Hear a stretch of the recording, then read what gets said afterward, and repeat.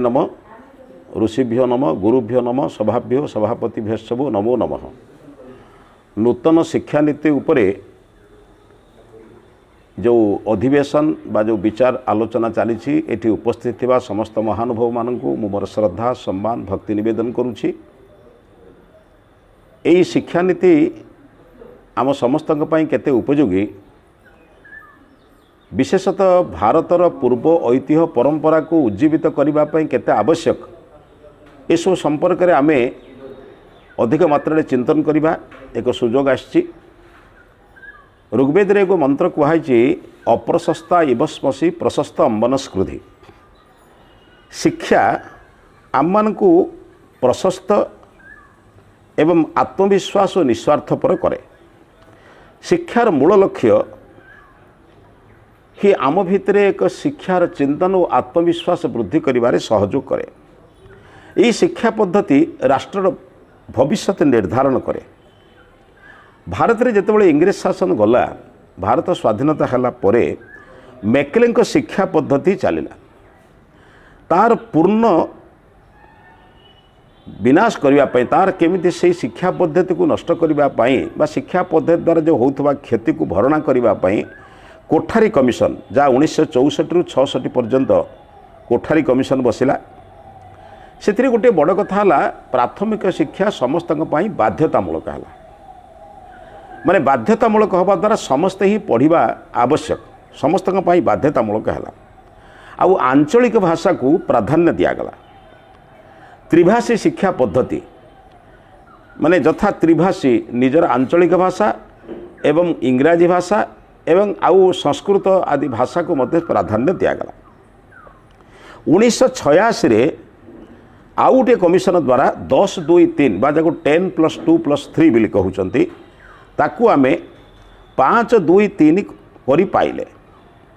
10 टाकू 5-2-3 प्रथमे प्राथमिक शिक्षा को 5 वर्ष, तापरे माइनर स्कूल जहाँ कहते माध्यमिक शिक्षा को 2 वर्ष एवं उच्चतर माध्यमिक को 3 वर्ष करी पाइले।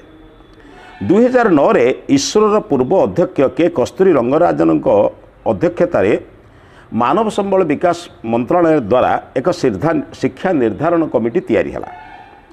2019 से रिपोर्ट देले यही शिक्षार शैशव अवस्था मातृभाषा पिला पाठ पढ़ा बोली निर्धारण देले। पिला शैशव अवस्था निजर मातृभाषा अनुसार से पाठ पढ़ विशेष पुणी गल्प माध्यम पारिपार्श्विक परिवेश माध्यम से पाठ पढ़। गल्प माध्यम पाठ पढ़ले पिलाटी विभिन्न प्रकार तार आंचलिक कथाटा को जापर एवं पारिपार्श्विक अवस्थिति संपर्क में जापर।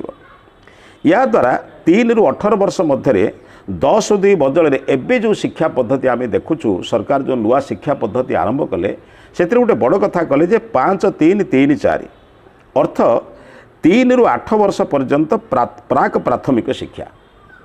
सेटा जो 5-3 कले 3 वर्ष रु 5 वर्ष प्रथम 5 वर्ष प्राथमिक शिक्षा सेटा ग्रामीण भाषा ग्रामीण परिवेश एवं निजर आंचलिक भाषा सहित संपर्क रहिबो। एवं 11 ରୁ 14 जोटा 6 ରୁ 8 तापरे 14 ରୁ 18 द्वादश रु नवम रु द्वादश पर्यंत एक परीक्षणात्मक अनुसंधानात्मक और आविष्कारात्मक अभिनय उपाय कला क्रीड़ा एगुड़िक कला क्रीड़ा गल्प गल्प लिखन प्रबंध लिखन या द्वारा भारतर संस्कृति को जानिबा। शिक्षार जो मूल उद्देश्य होची आम भारतर जो पूर्व संस्कृति जो मानवीय संस्कृति जो मुनि ऋषि मानकर संस्कृति थिला, मुनि ऋषि मान संस्कृति तैयारी करते से शिक्षा बर्तमान चलीगला। गुरुकुलीय शिक्षा पद्धति नहेले भी अंततपक्षे गुरुकुल प्रति जो आग्रह थिला पिला माने विभिन्न विद्या जानूथिले। 64 विद्या जहाँ को कहती समस्ते विभिन्न प्रकार खगोल विद्या भूगोल विद्या राजनीति विज्ञान पदार्थ विज्ञान एवं रसायन विज्ञान विभिन्न प्रकार विज्ञान पाठ पढ़ुले। आमे बर्तमान बहुत लोग बुझिले साक्षरता को शिक्षा बोली बुझिले। साक्षरता शिक्षा नुहे एवं साक्षर हो द्वारा जड़े जे शिक्षित हम या मध्य चिंतन करने उचित नुहे। शिक्षा 6 परिवर्ते 3 आरंभ है। ये नुआ शिक्षा पद्धति कौन है आम से कथा संक्षेप में जाना। आगु पिला 6 वर्ष पाठ पढ़ुला, बर्तमान सार को 3 वर्ष पाठ पढ़ा आरंभ है।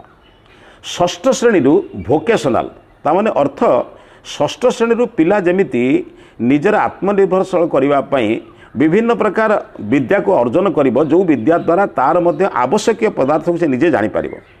एवं बड़ कथा है मातृभाषा को प्राथमिकता दिगला एबे जो विद्या पद्धति आम जानूलु गोटे आर्ट्स साइंस एवं कॉमर्स कला वाणिज्य एवं विज्ञान थिला एबे से शिक्षा पद्धति से पाठ ना बर्तमान जेकोसी पिला समस्त कथा पढ़ी पार जड़े विज्ञान पिला भी राजनीति विज्ञान पढ़ी पार जड़े कला माने अंततपक्षे जड़े विज्ञान पिला भी राजनीति विज्ञान पढ़ी सारापर जड़े कला लोक केमिस्ट्री पढ़ी पार तेणु 10 और 12 रे बोर्ड परीक्षा रही 4 वर्ष कॉलेज शिक्षार जड़े प्रथम छाड़दे 4 वर्ष कॉलेज शिक्षा रड़े प्रथम छाड़देली सर्टिफिकेट पाइब और योग्यता अर्जन काम कर आगामी वर्ष ठारू समस्त कॉलेज गुड़िक स्वयं साथी हम तेणु विश्वास 2035 सुधा अंतत 50 भाग पिला आमर शिक्षित हे बर्तमान जोटा 25 भाग अच्छी से 50 भाग पिला शिक्षित हे आधुनिक शिक्षा पद्धति संस्कृत को प्राधान्य दिखाई संस्कृत को प्राधान्य दबा द्वारा आमर वेद उपनिषद रामायण महाभारत आदि ग्रंथ को पिला जानीपारे